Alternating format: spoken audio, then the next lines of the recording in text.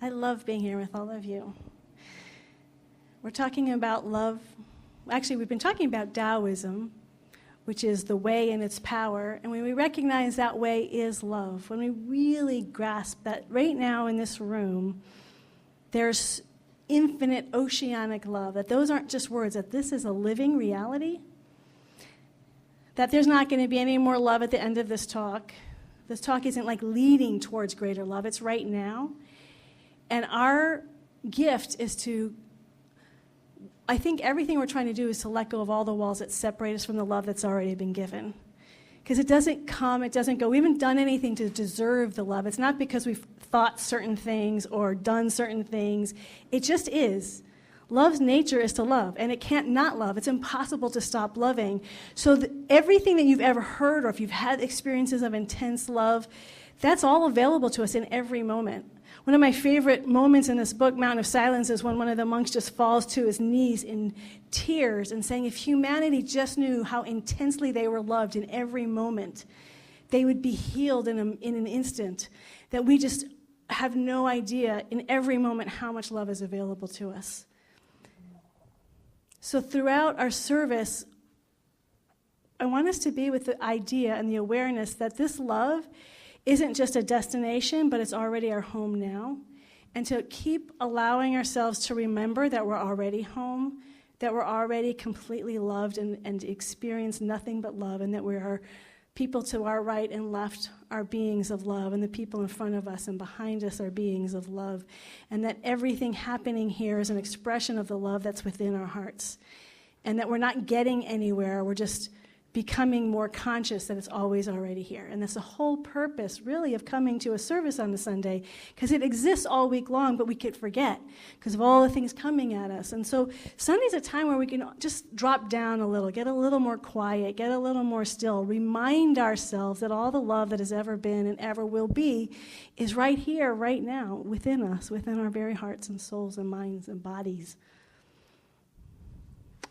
As we've been doing the Tao is the way. The Tao Te Ching is the way and its power. So love, every time, the more frequently throughout our days we connect with that love, we're connecting with the way, and the more we connect with the way, we experience the way's power, the power of love in our life. And that's where we want to get into this really deep sense of, I trust this love more than anything else in the universe, than anything that I can see, taste, or smell, anything my five senses can tell me, anything my mind can tell me, that this love is the place of real power. And so we want to frequently as possible throughout our days connect with that love within us, to feel that power flowing through us no matter what the situation and circumstance. 2 weeks ago we were looking at the yin-yang symbol, and a little bit last week too. We can look at it dark and light, masculine and feminine. We can always look at it as opposites. Love isn't any one side of that. Love isn't just the light side. Love is all of it.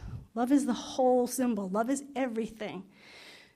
And that's what we are here to really, I believe, here to learn, is that that love isn't just high up here in the higher realms, that love is in the depths. Love is in the earth, in the hardships, in the pain, and it's in the lightness of being. It's all of it. And our growth, while we are in these three-dimensional forms, is to really activate that love in every area of our life, for every aspect of our being, and for every aspect of life that's happening externally. The place for me to start is to think of somebody that we already love, And animals are great, because often animals are so sweet and pure, and there's not a lot of emotional past history with animals, that we can really, those walls drop away more easily, and we can feel that powerful unconditional love. But you may have somebody in your life that you just feel this intense love for. It could be a child, it could be a partner, it could be a friend, it could be a parent, it could be just a mentor. Anybody in your life, whether animal or person, just think about how deeply you love them. And think, is there anything that they could do that could stop you from loving them? It's almost impossible to stop. The idea of stopping loving them is like that's impossible. I couldn't stop loving them if I tried. It just is. That love for this being, this person, this being in my life, it just is. They could get us sick. They could cause me all sorts of trouble. They could irritate me. We can have stuff happening, but nothing could ever stop me from loving them. Do you all have someone like that in your life that you feel that way towards? That is what this infinite oceanic love is for us right now. That no matter what's going on, it can't help but love us. It's impossible for it not to love us. And isn't that extraordinary to know that this presence, this power, is loving itself as us right now, completely and 100%, just as we are. And not is it only loving us just as we are, it's loving people on the other side of the planet as deeply and profoundly as it loves us. It loves all of its creation with this intensity. And when we start to really experience that feeling of a heart opening into infinity starts to happen, where there becomes no walls. And that, to me, is what heaven on earth is, when we can experience that love without borders, without limitation.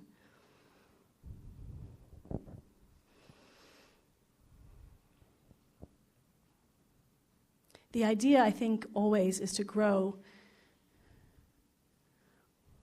from a love of the particular, of the people we love in our own family, and to start feeling that for everybody. Certainly when Jesus came on the earth, that was a big message, when he loved Mary Magdalene, the call lady, escort lady, put it nicely. Another woman who had been with 5 men. He continually went to the outsiders, to the tax collector, to the Samaritan. The Samaritans, for those of you who know, were considered the unclean group for Judaism. And he made them the star of the story, the Good Samaritan. He was continually saying, let's push back our borders of who we give this love to, and to love all beings. There's no walls. Those places where we create separation. I think part of our growth on this world is to first acknowledge that we're capable of separation. I think sometimes we, especially in our spiritually progressive community, feel like we know all people are equal. We talk about oneness, that we can sometimes forget that we can have our natural biases or biases that we've learned. And so we might have walls up that we don't know about. And so I think part of being part of a community is to start healing those walls that we may not even know that we hold, not from judgment, but to say, I'm here as a warrior for love, and I am willing to face any part of me that blocks that love within myself, those places in me that I don't love, that I don't accept, and things in other people that I don't love. I can't help but think of the immigration experience we've had this last week or two, and I can't believe we would feel that it's okay to separate children from parents. But that's not really I don't want to talk about immigration policy. What I want to talk about is other. Because one of the challenges that happens, I think, in our world is we need an immigration policy. There's no question. The question is how we talk about it. The place from which we are coming. Right? We want to be healthy. We want to be healthy in the way we talk. And sometimes what concerns me is not that we want an immigration policy, but it's how it's talked about, how immigrants are talked about as if they're less than. As if they're less than the one side of the border were some kind of person, and the other side of the border, they're another kind of person. And I can catch it too. I notice it. So that's what I'm saying. We have to notice when all those images and words and thoughts start coming. I'm like, oh, I'm cancel. I'm not going there. We're all inundated, and that's why we have to be aware and discerning. There's images and sounds and languages that can tell us that there's something less than, that there's people who are less godly, that are less important. I mean, that's how so much separation happens, right? Isn't that how slavery began and World War II, with Jewish people, the infiltration of they're less than, they're not quite as human as we are, right? And so we have to be careful as we're going through our time in history, as spiritual beings, we have to be warriors of love.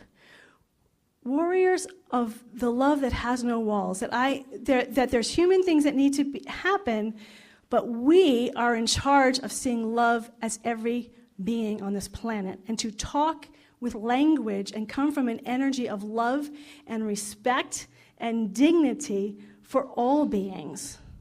That there is no border to love, there is no walls in dignity, there is no separation in respect. All beings are available to this. I don't think, it's funny, it was never intentional, but Spirit has its way. For those of you who might remember, because I haven't really talked about it much, one of the books that I chose for this year was The Reign of Gold. Has anyone read it? Have you been reading it? A few have been reading it. Oh, great. Okay. So to catch up, it's a book, and we're going to read 2 chapters every month. So if you ever want to catch up, we're on end of June, so we're finishing up chapter 12. I got a little bit behind myself. I've read it before, and the reason why I picked it had nothing to do, I wasn't trying to make a statement. It's about 2 families from Mexico, separate, they don't know each other. They're separate journeys coming across the border illegally, and then 2 members meeting each other, falling in love. And I knew somebody in the Agape staff who had been to a party where the woman, she was now an elder, and she was treated like a queen. She said she was amazing, and her whole family just loved her. And I realized there's this book called Reign of Gold, all about her life since she was a child.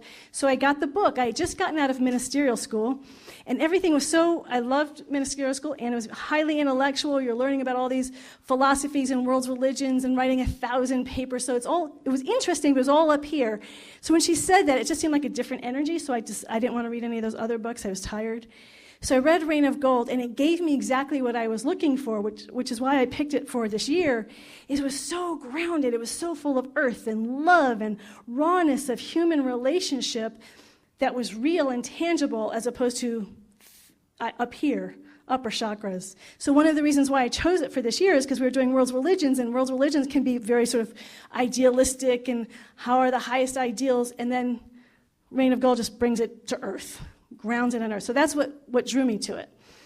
And the women in the book, in all honesty, the mothers and the grandmothers, they are so strong in their love that I just find it so I read it before I was even a mother, and reading it now, I'm like, wow, I love it even more. I love this book so much. I love these women so much. I love all of them, the whole families.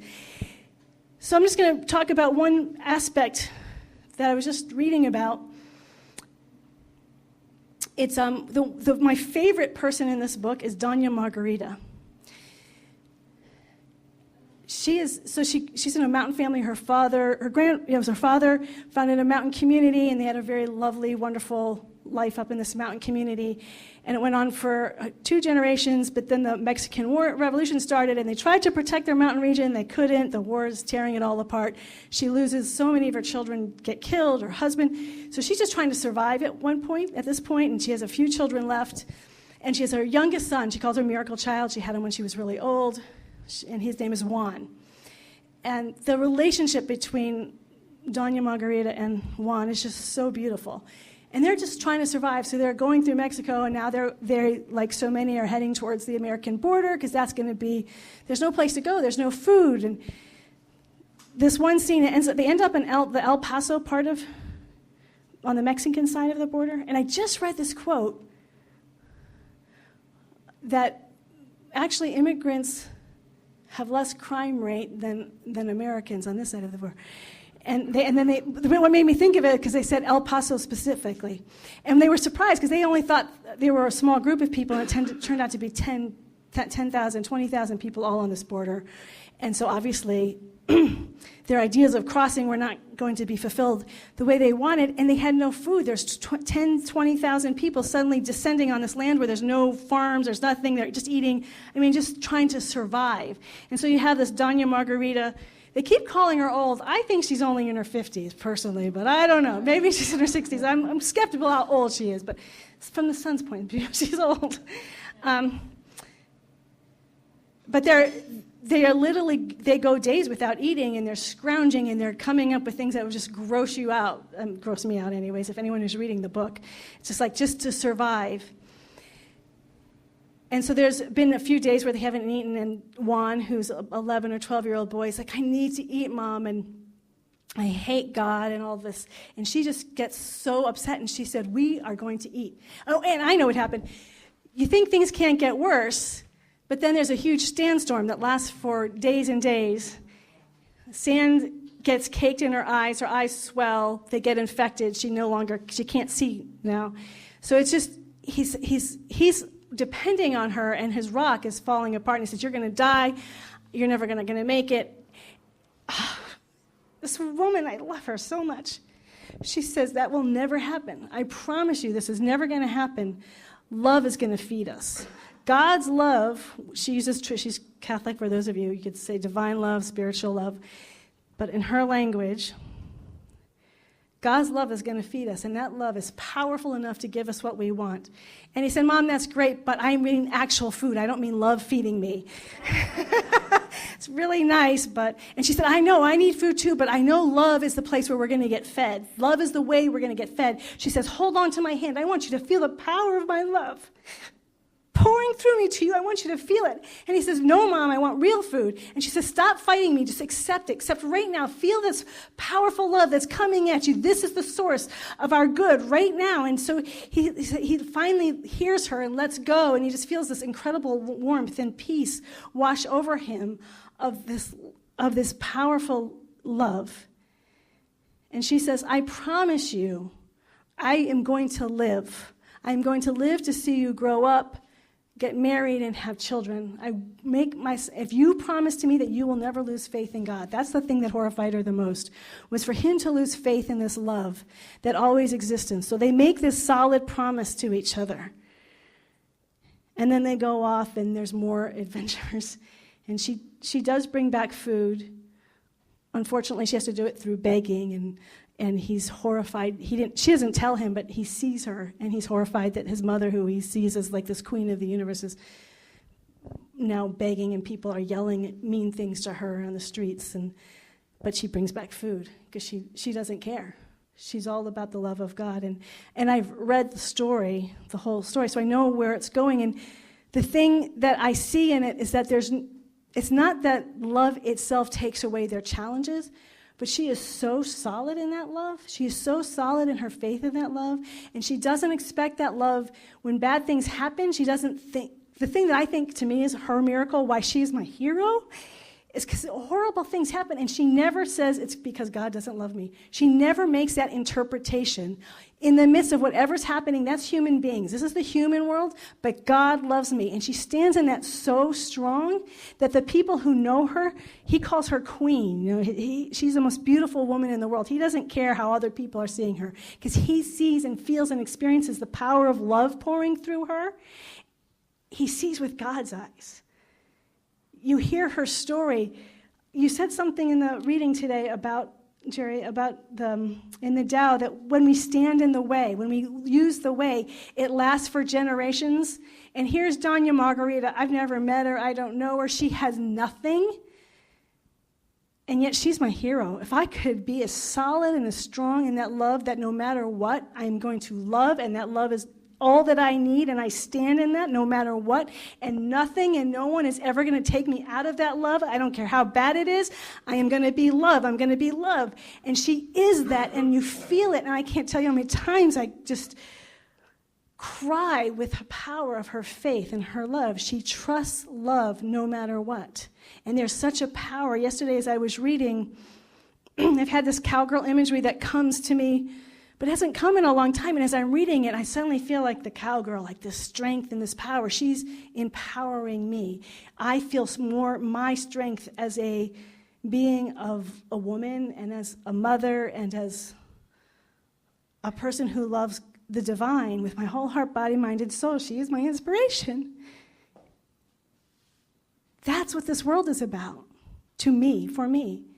Is that this love has no walls. We judge so many things by the levels of appearances, and we don't think so many times on our spiritual journey. I'm just talking to a minister. She's going to be teaching the first year of ministry or starting your first ministry.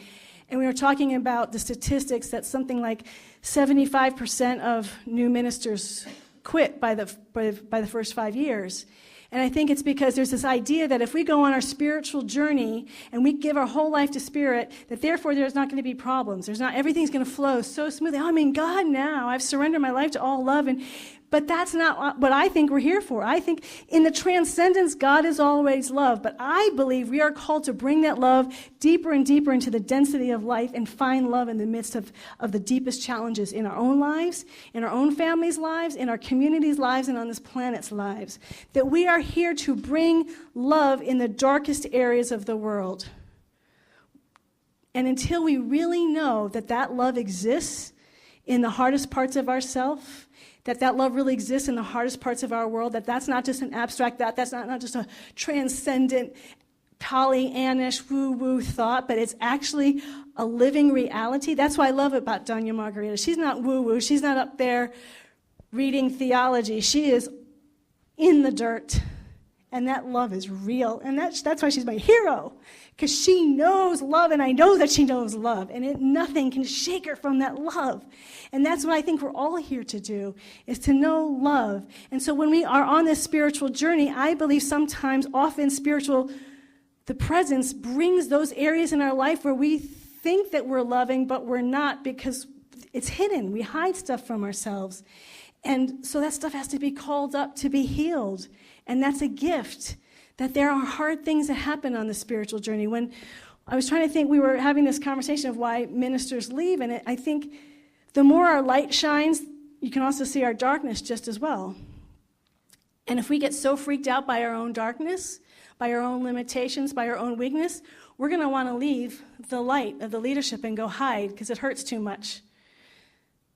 And I'm not just talking about ministers. Anytime we're standing out in a place of light, any person, the more you stand in light, the more you're willing to be visible, it's also people can see your shadow side too, and they can start calling you on it and saying, we see you, and you can't hide we can't hide anymore. So if we're going to be spiritual warriors, we have to really get to the place where we can see and be with our own weaknesses and not hide in the closet because we're ashamed of our weaknesses, because every one of us have those weaknesses. Remember the infinite oceanic love that is here that can't help itself? It is the yin-yang symbol, as all of us, our dark side and our light side, and we are completely accepted. That's a great thought, but it's not until we are living it, walking it, breathing it, through all the situations, all the difficulties and the pain and the challenges, that's when we really, really, really know that love can be totally and completely trusted, that we can surrender everything into that love and we are always good. There's a Ricky Byers, Michael Beckwith song called Trust Love, and I love always wins. Love always wins. I think of when I used to see horror. The reason why I know I hate horror movies is because people would take me to them and I hated them. And the way I would get through them, I remember seeing Poltergeist, and it was horrifying to me. And it was just too much. So the way I did it, the whole time I'm sitting there saying, okay, she's an actress, there's cameras behind there, there's a microphone up there, that's makeup. Like I had to get rid of the illusion that this was really happening. And to me, that's what we're constantly doing in life. The illusion that all this stuff is real, and keep pulling away the curtain, the Oz behind the curtain, pulling the curtain away and saying, no, love always wins. Even here in the midst of this, there is love. There is the divine, whole, perfect, and complete love that loves itself. And we know that for ourselves, for one another, and we stand in it. Final point. Because I've been contemplating this, the theme that the CSL has chosen for 2019 is spirituality in action. And I've had to be with that. Spirituality and action. And I was thinking it has to be spirituality as being and action, so that's not separated in my head. And I believe in taking action. I believe in it, that we have to, God works through us. So it's not like Doña Margarita loves and then just does nothing. She gets out there and she does stuff.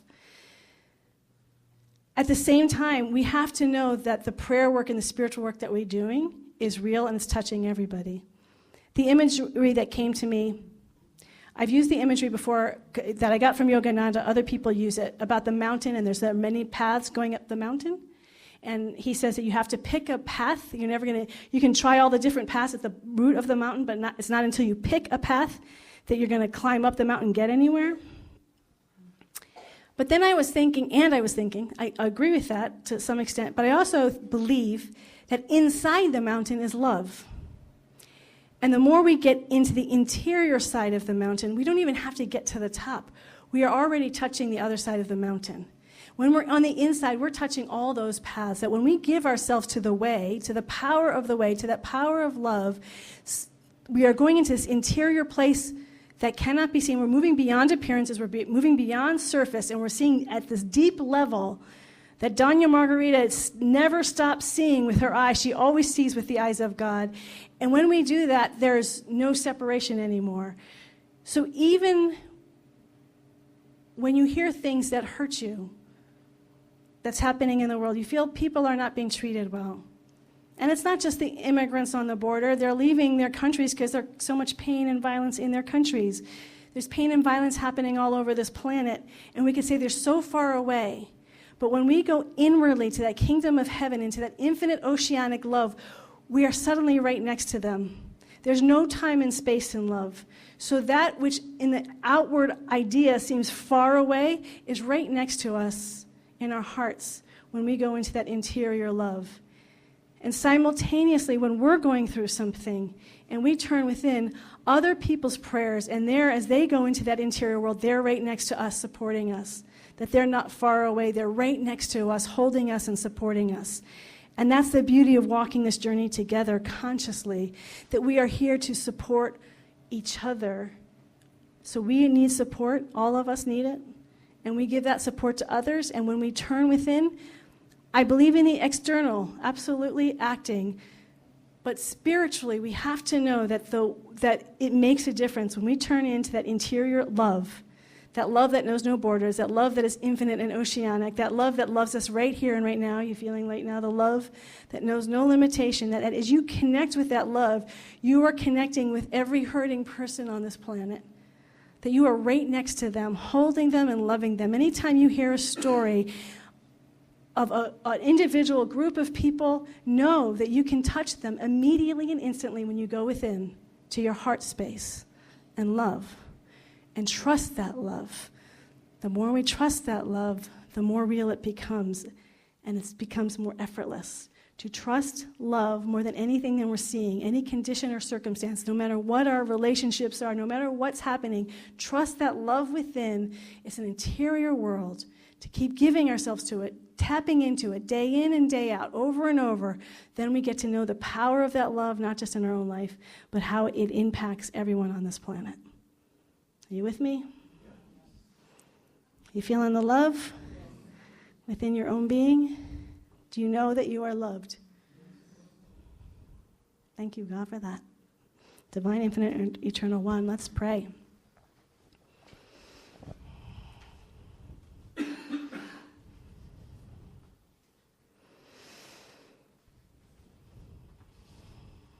And so we let go of appearances. We let go of our eyes have got all sorts of visual stimuli. These words are visual, auditory stimuli, and that's wonderful. All of them are pointing to that interior kingdom of heaven within. That pure love that defies all limits, that defies all concepts, and yet it is more real than the chairs on which we are sitting. That love is alive, and it is awake, and is passionately and intensely in love with all of its creation. All of its creation. And today we choose to recognize and see it. And every time it is seen and recognized, it becomes more intense. It becomes more alive. It becomes more activated. That the act of recognition of this divine, infinite, oceanic love immediately starts calling it forth into our life experience, into our thoughts, into our minds, into our actions, into our conversations. It starts to infuse each and every one of us in every way possible. And that is available to us every moment of every day and night, even in the middle of the night. When we wake up, we remember there is only love. I am completely and totally loved. All creation is completely and totally loved right here and right now. I am home right now. There is nowhere to go. I don't even need to go back to sleep. I am home now. Wherever I am, whatever is going on, I am home in this oceanic love now.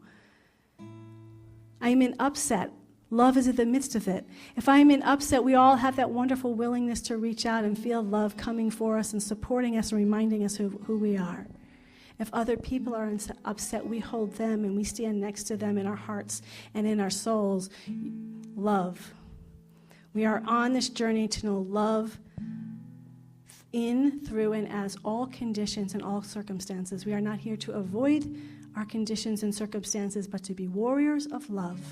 And so today we choose in this moment to see that love in every being and person with whom we come in contact. We are warriors of love for our own self. We are warriors of love on this planet. We refuse to put anyone outside of our heart. We refuse to reject anyone or anything or any plant or any animal. We are the place of unconditional, unlimited love. We are each and every one of us made in the image and likeness of pure, infinite love. We are that love itself. We are that place where love happens. We are that place, that vehicle, that powerful energy of love knowing itself into the densest areas of humanity, of our own humanity and others' humanity, and into the density of this world that surrounds us. We are those healing places. Each and every one of us has this call. We would not be here today if we did not have that call from pure spirit itself to be that love, to stand in that love, to hold that love, to feel the power of that love swimming and pouring through us in our conversations, in our actions, in our thoughts, in our prayers, in our meditation. And so right now I invite us to hold anyone who's feeling that suffering or that pain. And I invite us to call their names out, knowing that as we call their names out, we are right next to them. They are not far away. They are right here in the intimacy of our hearts. So I invite us now to call those names out with that loving passion and intensity. Everyone deserves to be here.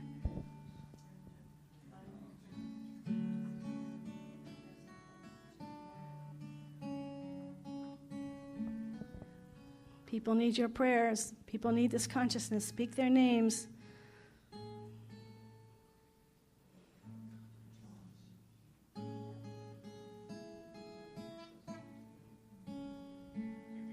And we speak groups of people names. Any place where we see other. If you have any place, you can say it silently in your heart or out loud. Any place where you might feel a little bit of otherness, call that name out or in your head. We are here to heal. We are here to own and heal. Any place where I might see other.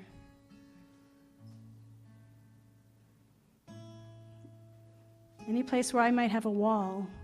Call that wall out and let it dissolve into the love in which it came. The wall dissolve into the nothingness from which it came.